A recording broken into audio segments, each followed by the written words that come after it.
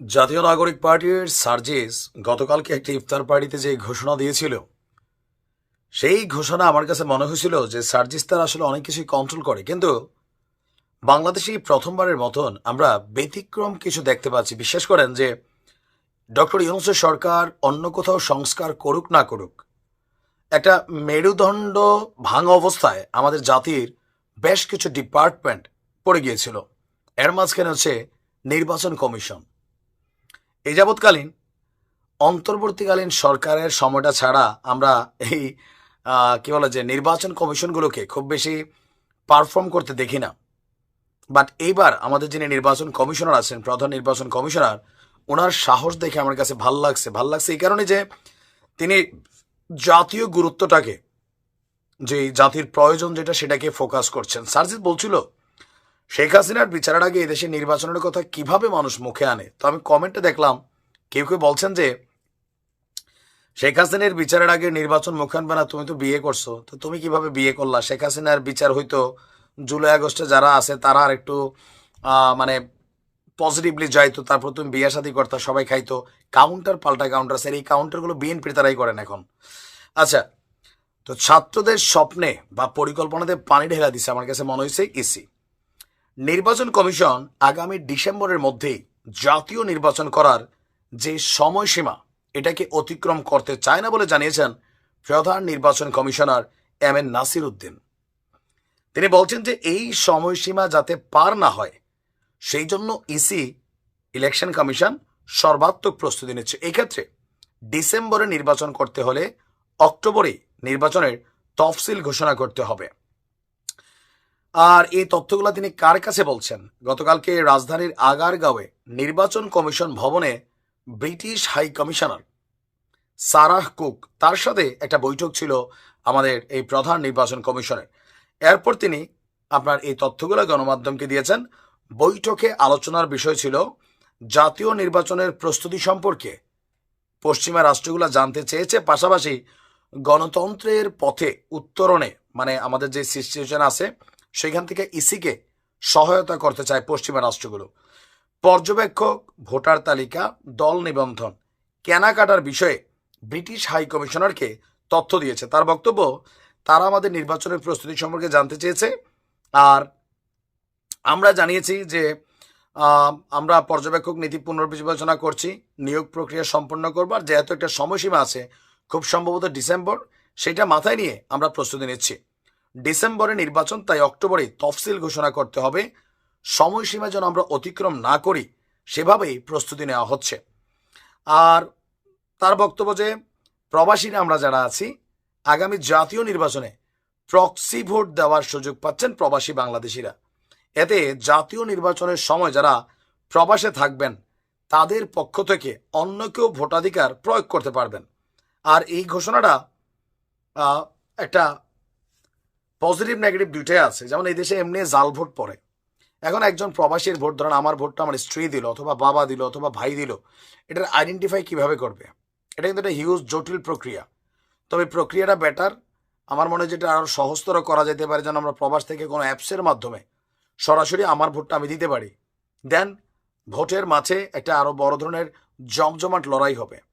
But proxy ভোটটা কোথাও না কোথাও একটা ইন্টারফেয়ার করবে। যাই হোক, এখন জাতীয় নাগরিক কমিটি নির্বাচন নেয়া যে পেছানোর রাজনীতি করতেছে তাদের দল গোছানোর জন্য, এই জায়গাটাতে ইসির এই শক্ত ভূমিকা অনেকটা তাদের স্বপ্নে পরিকল্পনায় পানি ঢেলে দেওয়ার মতন। তারপরে দেখা যাক, আবার পরিবর্তন হতেও পারে। ভালো থাকুন।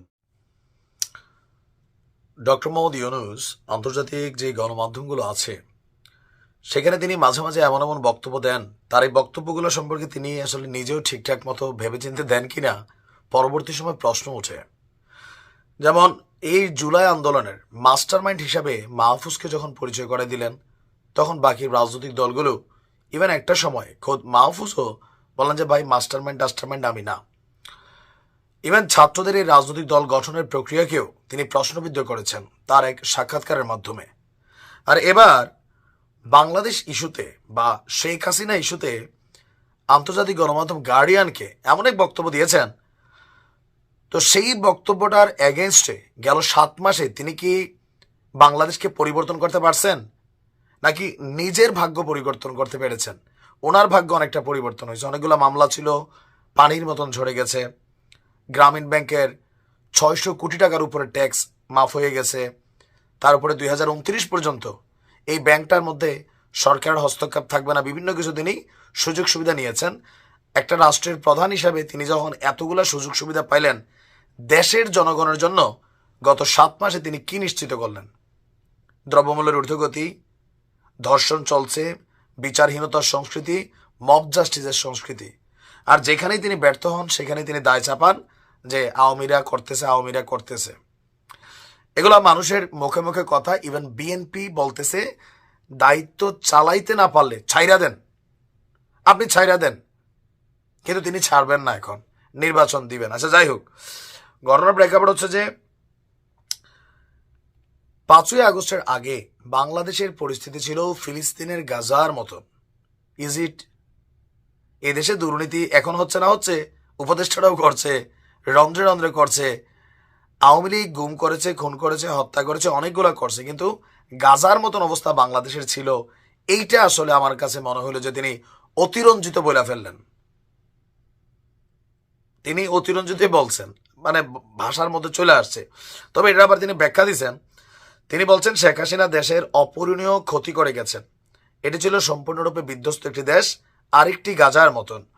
তবে এতে কোনো ভবন ধ্বংস হয়নি, পুরো প্রতিষ্ঠান, নীতি, মানুষ, আন্তর্জাতিক সম্পর্ক ধ্বংস হয়ে গেছে। আমরা আন্তর্জাতিক সম্পর্ক ধ্বংস হইতে দেখি নাই, তবে প্রতিষ্ঠান ধ্বংস করছে, নীতি ধ্বংস করে দিছে, মানুষ আমরা এই দেশের এমনি ধ্বংসপ্রাপ্ত। আগে চেয়ারে বসলে নিজের সুবিধাটা ভালো বুঝি, যেটা আওয়ামী লীগের সময় আওয়ামী লীগের নেতারা বুঝছে, এখন কি আপনি বসছেন, আপনি আপনারটা বুঝছেন, বাকি উপদেষ্টারা তারা তাদেরটা বুঝছে, এটা আমরা বুঝা নেই। ডক্টর ইউনূস কথা বলেছেন শেখ হাসিনার শাসনামল নিয়ে, যে হাসিনার শাসনামলে কোনো সরকার ছিল না, আপনার সরকার প্রধানের যে কোনো আদেশেই তখন সম্পন্ন করা হতো। এটা সত্য। এই দেশে একটা সিস্টেম ছিল যে দিন শেষে শেখ হাসিনার কথার উপরে রাষ্ট্র, আদালত, আইন, পুলিশ, প্রতিষ্ঠান কারোর কোনো মানে ক্ষমতা ছিল না। এটা রাজনৈতিক দলগুলো যখন ক্ষমতায় আসে এটা আমরা দেখি। তবে আওয়ামী লীগ এটাকে একটা ডেসপারেট লেভেলে নিয়ে গিয়েছিল। তো যদি কেউ সমস্যা করতো তাকে উধাও করে দাও, এটা তিনি করতেন, এটাও সত্য। আচ্ছা, নির্বাচন করতে চান, তারাই নিশ্চিত করতো আপনি যেন সেই আসনে জয়ী হন। এখন তো আমরা এরকম আবার কিছুটা জাতীয় নাগরিক পার্টির বেলায় দেখছি, যেটা আপনি করছেন। বিএনপির অভিযোগ আপনি কিংস পার্টি তৈরি করেছেন ছাত্রদেরকে দিয়া, এমনকি নির্বাচনকে নিয়ে আপনিও খেলছেন, আপনার সরকারও খেলছে। সংস্কারের সহ আমরা দেখি নাই, কিন্তু সময় যাচ্ছে, রাজনৈতিক দল গঠিত হচ্ছে, তারা বিভিন্ন জায়গায় টাকা পয়সা কামাচ্ছে, বেকার পোলাপাইন 20 টাকার মালিক হয়ে গেছে, আপনি ইউনূস সাহেব 600 কোটি টাকা কামাই ফেলছেন। তো এগুলো তো মানুষ দেখতেছে। দেখেন, আপনি বলছেন আপনারা মন খুলে সমালোচনা করেন, আমরা করতেছি। তারপর তিনি বলছেন যে টাকার দরকার হলে সেই ব্যবস্থা ছিল, ব্যাংক থেকে $1 মিলিয়ন ঋণ নিয়ে নিত, যা কখনোই ফেরত দিতে হবে না। এটা সত্য। আওয়ামী লীগ সরকার ব্যাংকগুলারে খোলা করে ফেলছে, ইহাতে কোনো ভুল নাই। তবে গত 7 মাসে ইউনূস সরকারের একটা অ্যাচিভমেন্ট হচ্ছে নতুন করে আমাদের ব্যাংকগুলো থেকে বড় ধরনের কোনো ঋণ দেওয়া হয় নাই। এটা সত্য। আচ্ছা, তারপর বলছেন ভারত হাসিনাকে আতিথ্য দিলে তা সহ্য করা হবে, কিন্তু দেশকে আগের অবস্থায় নেওয়ার জন্য প্রচার চালাতে ভারতকে একটি প্ল্যাটফর্ম হিসেবে ব্যবহার করার অনুমতি দেওয়া বিপজ্জনক, এটি দেশকে অস্থিতিশীল করে তোলে। এটা সত্য, দেশের প্রধান হিসেবে তিনি যাই করছেন। কিন্তু বাংলাদেশের অবস্থা গাজার মতন ছিল। এই শব্দটা অতিরঞ্জিত। দুর্নীতি লুটপাটে দেশে আসিল, এখনো আছে, ক্ষমতা যে বসে তে বাকিদেরকে রামসাম যদুমধু দেখায়। এই এনজিও সরকারের বেলাও ব্যতিক্রম আমরা কিছুই দেখি না। 2-4টা সেক্টরে উন্নতি আছে, বাট এই যে স্বরাষ্ট্র উপদেষ্টা জাহাঙ্গীর পদত্যাগ করতেছে, কই করতেছে, কি করতেছে? দুর্নীতি লুটপাট এই দেশে, এই যে বিএনপি ক্ষমতায় যাবে এখনই শুরু করছে, জামাতও কিছু কিছু জায়গায় শুরু করছে, কেউই কলঙ্ক মুক্ত না।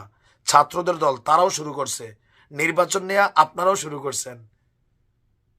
কিন্তু বাংলাদেশের অবস্থা গাজার মতন, এইটা তিনি সম্ভবত অতিরঞ্জিত মুখ ফসকে কথাটা বলে ফেলছেন। এটা শেখ হাসিনা দুর্নীতি করছেন, আওয়ামী লীগ দুর্নীতি করছে, গুম করছে, খুন করছে, হত্যা করছে, অপরাজনীতি করছে, নির্বাচন পিছাইছে। এই দোষগুলার কিছু কিছু জিনিস তো এখন এই সরকারের উপরে পড়া হচ্ছে, কিছু কিছু পড়তেছে না, পড়তেছে। ক্ষমতা আরো দীর্ঘদিন থাকলে এগুলা পড়া শুরু হবে। তো তবে যে নির্বাচন নিয়ে এত কিছু হইল, সেই নির্বাচনের কি আয়োজন হচ্ছে এটা জরুরি। ভালো থাকুন। ডক্টর মোহাম্মদ ইউনূস বিভিন্ন সময় বিভিন্ন কথা বলেন, কিছু কিছু কথা হয়তো মুখ ফসকে বইলা ফেলেন। বয়স হয়েছে, এই বয়সে আমাদের বাপ চাচারা কথাই তো চিনে না মানুষ ঠিক মতো, তিনি রাষ্ট্র চালাচ্ছেন। ভালো থাকুন।